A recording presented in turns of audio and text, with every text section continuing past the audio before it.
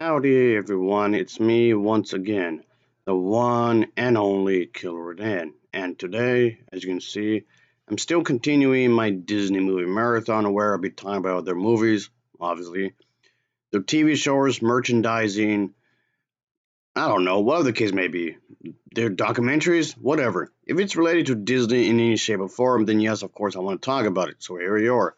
And yes, today, at least in the time of this recording anyway, it's May the 4th be with you day.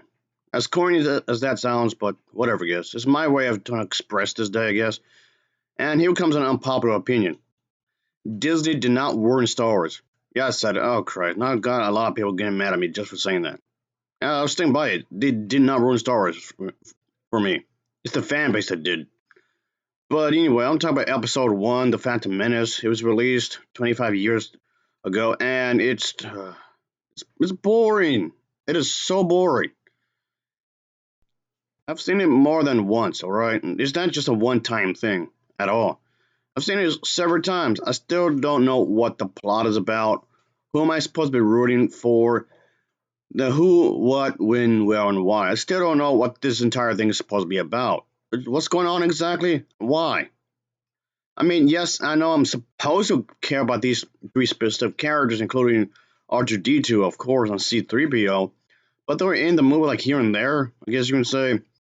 It's just as though George Lucas himself, before he gave up the rights of Star Wars to Disney, he just threw so many different elements all at the same time, and it just didn't work. He threw too much at once. It's a monkey. What are you doing? Go get a job, really? I mean, seriously, you lazy bum. Ugh, anyway. So I do think this film would have worked better if you focus on Padme and the other two Jedis instead. Because ultimately, the thing is that yes, we know that one of these characters is going to end up dying anyway within just this movie. That's fine. Gotta make it dramatic somehow. Sure, I'm fine with that. But one of the biggest problems I had with this movie is, yes, of course, having, yeah, this character. Trying to explain the origin story, how he became Vader and all that. We all know what's going to happen. We all know what's going to happen. Which makes this movie even more boring. Yes, I do realize that we know what happened, just now how it happened. Even then, that still seems really stupid because, again, we all know what's going to happen to Vader at the end of Return of the Jedi. And before anyone says it, I know, people will be telling me, "Oh, this is something for kids. It's supposed to be lighthearted fun, all goofy and silly and all that." And I'm just being too harsh. You're just being too harsh. How dare you? Just take it as lighthearted fun, which in itself is ridiculous. Because the whole notion that it's supposed to be something for kids entertainment and nothing more, it doesn't go beyond what you would say it doesn't go beyond the service level. It's just lighthearted fun for them to just enjoy, and that's it.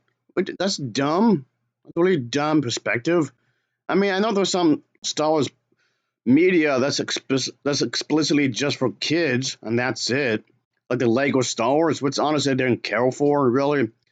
I mean, the entire franchise as a whole has this really inconsistent tone when you think about it. So as a result, it's very difficult for me to take this seriously. And that's what the thing with this film. It's supposed to take itself very seriously. It's supposed to be something for adults, even if it's not the most graphic thing. Even if it's not bloody and gory and all that jazz, which it doesn't have to be. I'm not really against the idea of having this sci-fi saga be violent. I'm fine with that, of course. But the problem here, there's so many politics in it. There's a lot of politics, so it's mature in theme with the situations. Maybe not graphic, but still though. Give me a break, will ya? Just no, that's a really dumb defense anyway when you think about it. And then also the thing, monkey.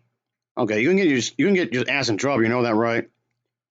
Okay, just all right. Someone's coming. Hey, see, now you've been told to leave. See, there you go. So yes, that's the whole thing where Qui-Gon Jinn, he's like a teacher of some kind. He's supposed to be training Ben Kenobi, well, young Ben Kenobi anyway, and how this character is supposed to be breaking the rules, at least to some extent anyway. So the teacher, the sensei here, and the student are supposed to be investigating something because something seems fishy.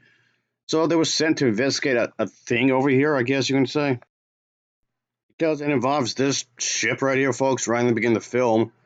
And mind you, it doesn't really clarify what specifically is going on here. Why do they exactly have to go here for this kind of a thing?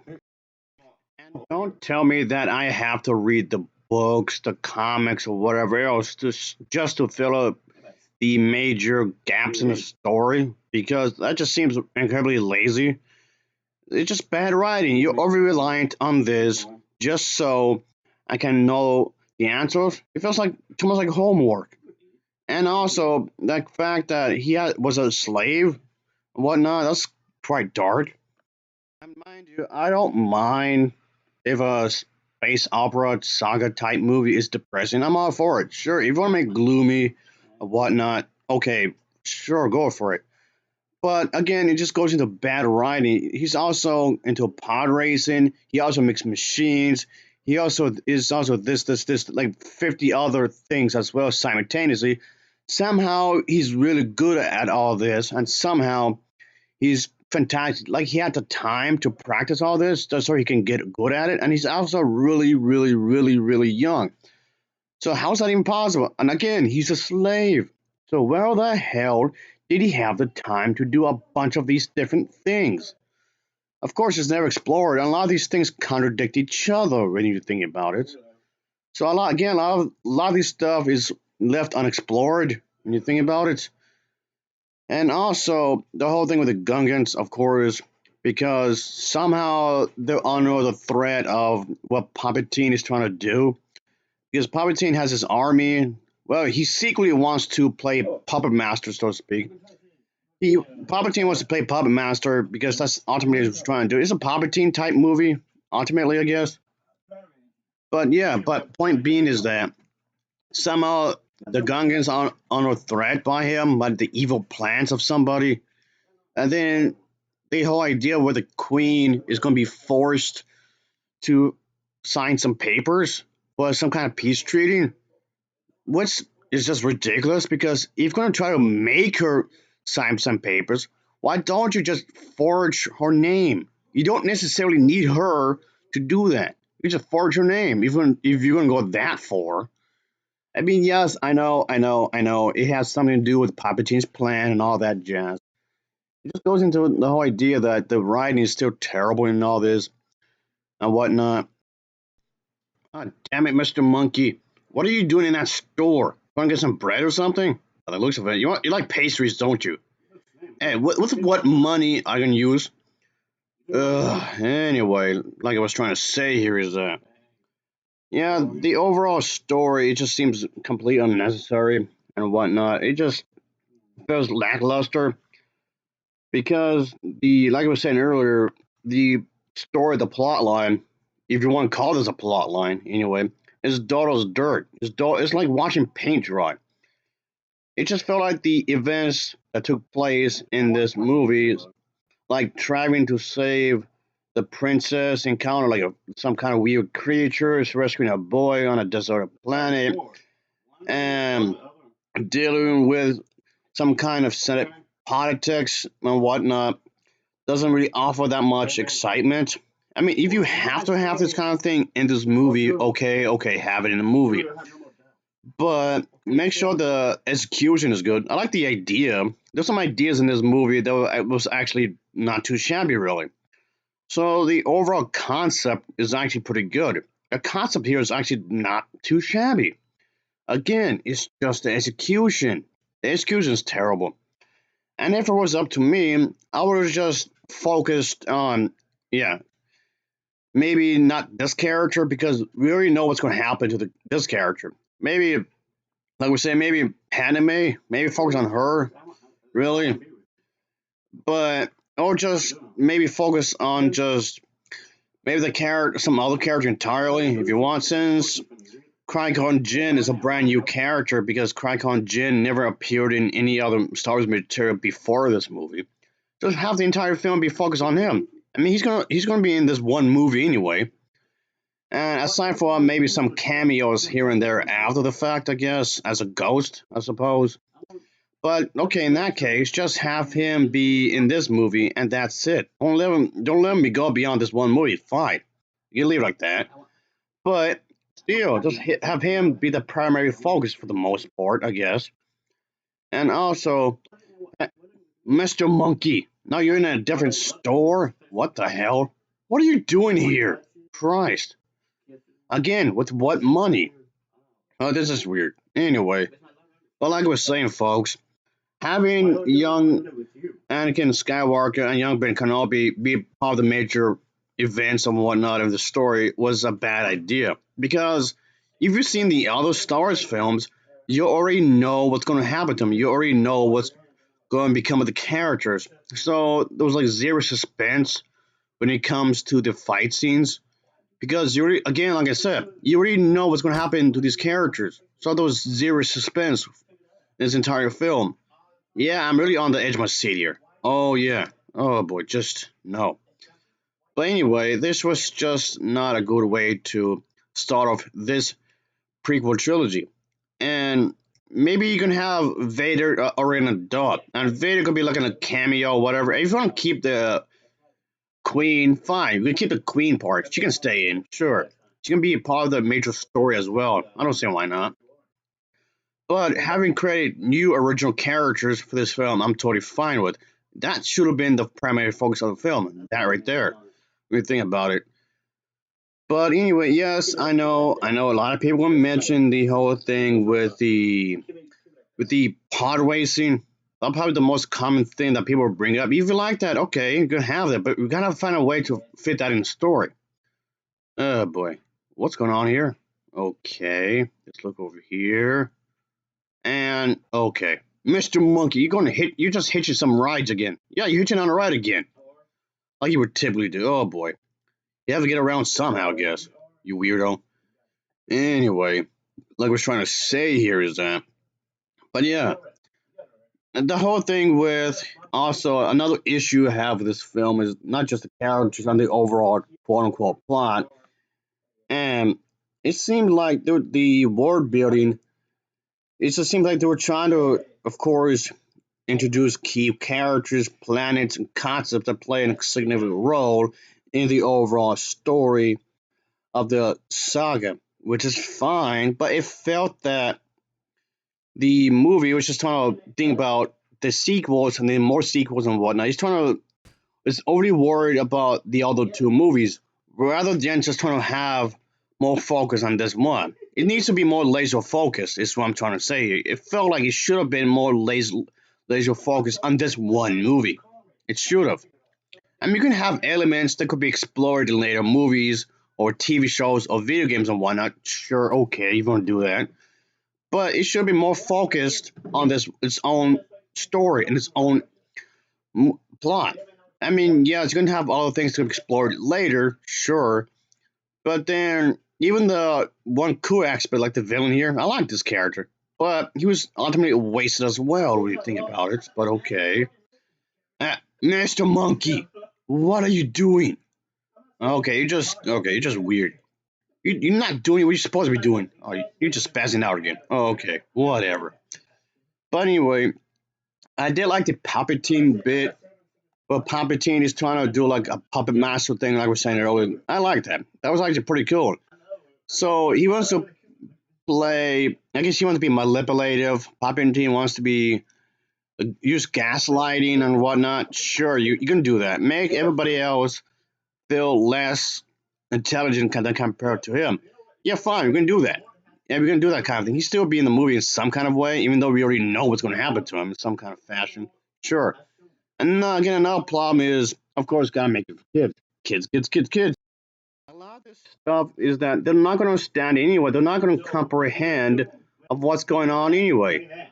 Because a lot of the issues that's presented, like slavery, for example, on the government politics, they're not going to understand none of that. Why is this person angry with this person? And maybe you could have some gray areas when it comes to the Jedi. That was explored before. Jedi's being literally gray. They're not going to understand a lot of this stuff whatsoever. They're going to be more worried, more about finger painting. and the story of this when you think about it. But okay, again, it just seems rather odd that a lot of people keep bringing up the fact that he has to be for children. He had to keep it for children. That's so irritating. It really is really irritating when you think about it. But okay, anyway, okay. I just need to go outside. I need to smoke or something. Maybe I could get a drink. Yeah, I need Mr. Monkey. Hey, somebody's drink, you know. Somebody's drink. What are you doing? Hey, not supposed to be touching that. Somebody's drink, man. What are you doing? Hey, you should. Oh, okay. You just threw it away. All right.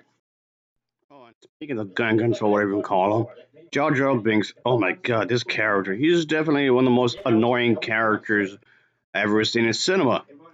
At least one of the most annoying. He was definitely unnecessary for this movie. Yes, I know he's supposed to be playing an important role later on, but he's still annoying. And to be perfectly clear here, folks, I don't mean no disrespect towards the one actor who played him. I know he received a lot of hate because of this character. Okay, criticize the movie, fine, criticize the movie, but don't send a lot of hate mail or whatever towards the actor. The actor was just doing his job.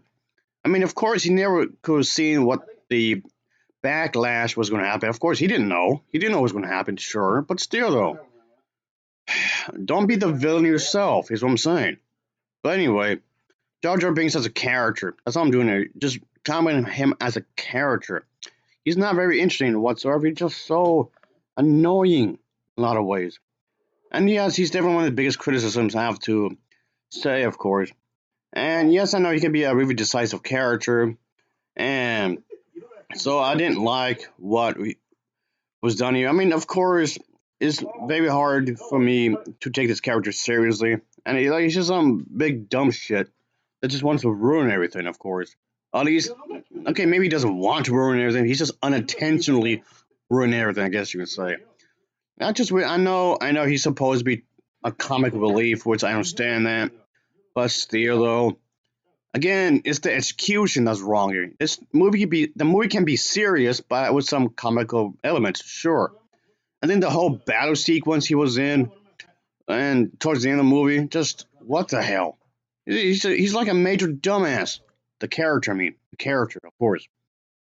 Again, I would just say this once more time. It didn't bother me that there was some kind of hideous plan where the film would just revolve around the Trade Federation's blockade of Naboo and whatnot, and just have to do this kind of thing where Palpatine is behind it all, and there was some kind of thing going behind the scenes. Sure, that seems plausible. That happens in politics all the time. Not that I'm saying that all politicians are bad, because there are some good politicians out there, but this does seem plausible considering the fact that there are some corrupted politicians out there that would want to undermine diplomacy, trying to undermine what it means to be a good person and whatnot, just trying to do any sneaky way to do their thing. It happens. It happens in real life. There's some corrupted, sneaky, slimy politicians out there. Again, not all of them, but there are some that would do that. So this whole aspect of the film does seem plausible when you think about it. Okay, especially considering the fact that Donald Trump has been, yeah, questioned doing some legal means doing these trials, and yes, he was in quite a few of these already. And like there wasn't really a suspicious thing going on before this, but my point being, yes, this is an actual thing in real life. This kind of stuff happens all the time, not just with Trump, but with just other people as well. Just throwing it out there. But again, my point being is that this kind of thing does seem rather plausible, is what I'm getting at. So there's nothing inherently wrong with wanting to make something seem realistic, like it as if it could happen. The sci-fi genre is actually known for this kind of thing. There's been plenty of other sci-fi movies that does this kind of a thing, and he had done this kind of thing quite often. So the sci-fi genre is littered with this. So this right here is nothing new, but it could be interesting if the execution's good. And by the way, folks, just throwing this out there for a quick moment here. Yeah, the Trump supporters actually got mad at Rogue One because apparently the film was anti-Donald Trump. Personally, I don't think so. Even the TV show that's supposed to be attached to that specific Star Wars film also raised some suspicions because for the same kind of reason. Even if it's been confirmed that the show itself may be anti-Donald Trump, that doesn't necessarily mean that the movie is anti-Donald Trump. But hey, like the old saying goes, if the shoe fits right, Star Wars always had politics in it anyway to begin with, so exploring this aspect of the story doesn't bother me. It doesn't have to be a bad thing, really. And also, of course, it doesn't stop there considering the fact that, yes, the actress herself who played Rey actually criticized Donald Trump for being a misborn bastard, which he is. But of course, a lot of his fans, or I should say his followers or whatever, got mad at the actress for criticizing their messiah, so to speak. Yes, there's a lot of people out there that believe that Donald Trump himself is basically the next Jesus. That's so ridiculous. I don't want to be on this part too much, really. I just throwing it out there because this entire thing is ridiculous. Because, yes, the fan base of Star Wars can be pretty ridiculous, and other people can be pretty ridiculous as well, as I'm saying.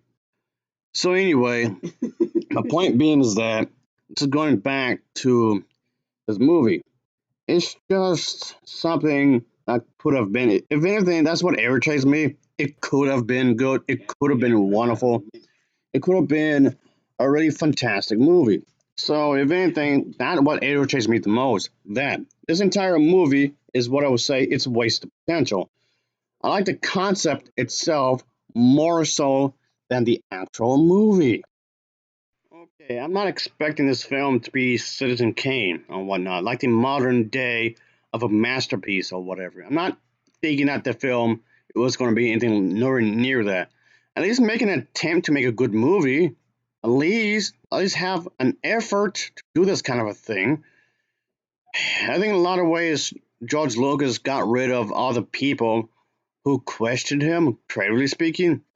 And yes, of course, I mean, yes, obviously, it's understandable that it can be annoying that people could just question you like in every creative move that you would do. Yes, to some extent, it can be annoying, but at least hear them out, is what I'm saying. At least hear them out, that's all. Christ almighty.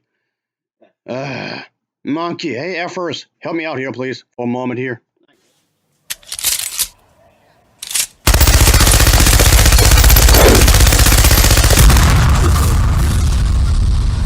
Also, are these people supposed to be the villains of the story? I want to say yes. They were supposed to be the bad people and like the main villains of the story. I'm just a little confused about this because they don't get explored all that much. Not really. So like I never really got a sense of these characters whatsoever. Or like, is this supposed to be the main villain? He's barely in the movie, and I do mean barely. I mean, Palpatine has more screen time than he does, and he doesn't do all that much either. So is he the villain or is he the other guy? Well, that kind of reminds me of Spider-Man 3. Like he has too many characters thrown in there as well. Okay, the movie that makes you Spider-Man is guilty of doing the same thing, of course. And also, the Amazing Spider-Man 2 is guilty of doing this as well. And also, Batman v Superman is guilty of this too. Like too many ideas. It just seems like you need to focus on one movie. You know that, right? Of course, even this one as well is guilty of doing this kind of a thing. Really, Christ. But yeah, this movie just reminds me of those films. It's like it feels overly stuffed. Like there's maybe too many characters.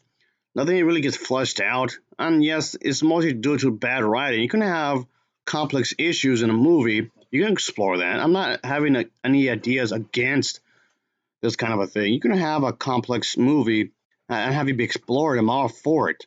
Again, it's just the bad execution.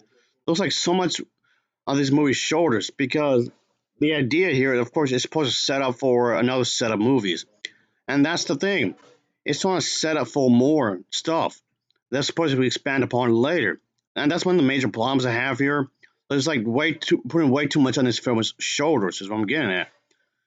Rather than just focusing on one movie is what I'm getting at. You could, like I was saying, you could just do leave ideas out to be explored later, but there you go. But at the same time, you have to simultaneously focus on this one thing, this one movie. I mean, all right, I'm just repeating myself at this point, but yeah, I still don't like this movie at all whatsoever. I mean, I don't mind the Star Wars franchise, but it's not above criticism, is what I'm saying. So anyway, I'll just leave it at that, folks. So anyway, of course, as always, thanks for watching and take care. Until next time, see ya. Oh yeah, that's it. I'm gonna win these again.